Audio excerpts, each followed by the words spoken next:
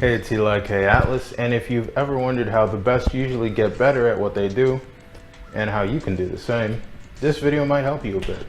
It's part common sense and part story time, and a lot about personal growth. Of course, I can only guarantee these things work because I've been there myself, right?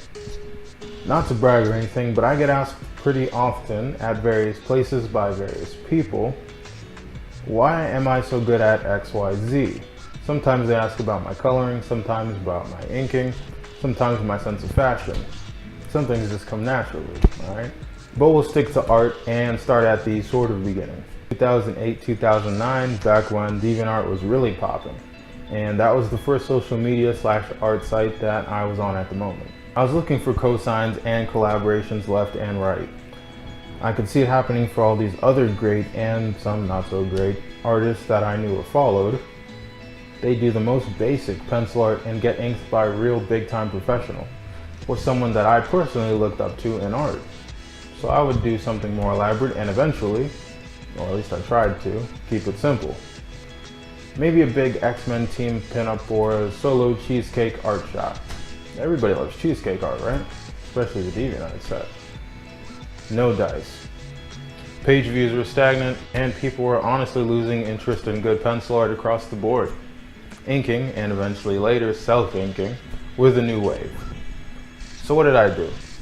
Instead of waiting for the big timers to do it for me, I just bought some Sakura Microns, my first ever serious inking set, and just did it for myself. And eventually people came to really appreciate it. But now they were on to the next wave. All the guys who were inking their own stuff were now getting colored by other people. And they were even really famous guys who could post pencils, get inked, and get colored by other people. Keep in mind this was almost 10 years ago and all of this was pretty new to me. So it's probably not that exciting an idea these days. I did get my first taste of getting inked by pros and friends alike on a couple of very special occasions. Very rare occasions. The first one that comes to my mind is my Scarlet Witch Zatanna crossover picture, which was doing hugely well when I posted it, getting inked by 2 professionals and 1 fan alike. And I had also gotten colored a couple of times later. That same picture got the color treatment by a friend of mine, while another picture I did of Marvel's Goblin Queen got inked by Ula Moss, or Mose, who is a professional colorist for Top Cow and places like that, if I'm not mistaken. But again, this was later. So what did I decide to do? In the meantime, my brother had purchased a Wacom Bamboo Fun tablet which had come with Photoshop CS6, which I still use by the way, in spite of there being probably like CS20 out by now, and Coral Painter, and a bunch of other stuff. So I borrowed the tablet when I could, installed the software, and learned to color myself. It took a pretty long time. Photoshop wasn't quite my vibe, to be honest, although I do know how to use it, and use it every day. But fortunately, we both discovered a Japanese software called Paint Tool Sai, and started using that for digital coloring, which made the process so much quicker. You can see me using this, by the way, on most of my speed arts, speed drawings, speed colorings, all that type of stuff. I have a whole playlist of it, and I'll probably link it right up here. So what does all this have to do with you and the grades? Well, every time I took the initiative and learned and tried to master a new skill, my value and credibility and worth went up just a little more. And the more I could do, the more I could charge, even in my professional work. No one was going to do it for me, honestly, and there was no point in waiting. And if you look at the patterns of a lot of largely famous and successful people, it's pretty much the same. Quincy Jones, for example, a pretty world-renowned music producer, composer, and musician, you may or may not have heard of him, started as a jazz guy, saxophone player, a trumpeter kind of guy. Eventually he went on to start composing his own pieces, then composing for big bands, eventually orchestras, and then eventually for pop radio.